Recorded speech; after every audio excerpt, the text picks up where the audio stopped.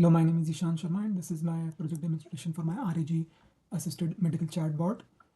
This is a question and answering chatbot that answers a user's question using grounded information from a medical data corpus. Let's look at the demo.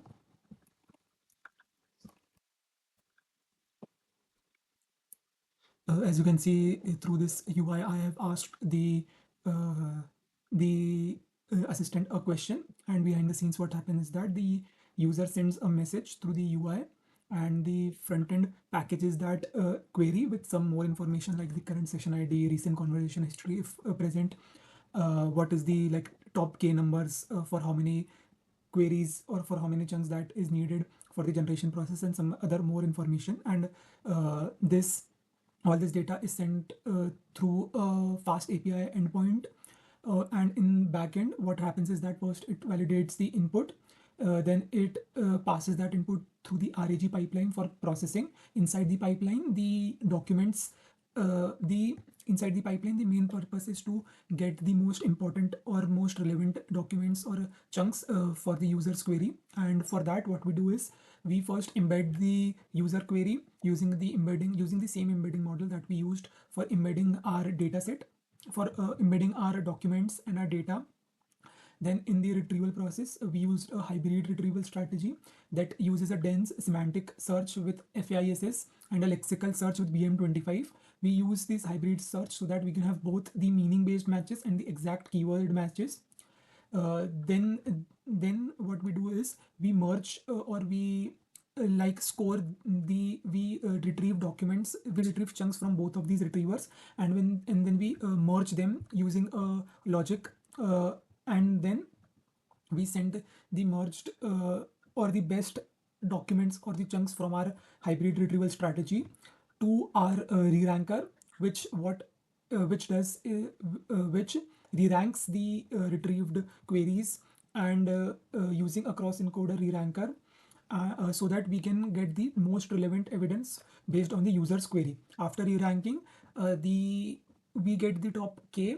In this case, the K is 5, so we get the top 5 queries of top 5 chunks based on the query, and then using a prompt with this as the context and certain information, we send that prompt to our large language model with this context as inside in the prompt. And the task of the large language model here is to generate a response based on the citations or based on the grounded context that we send.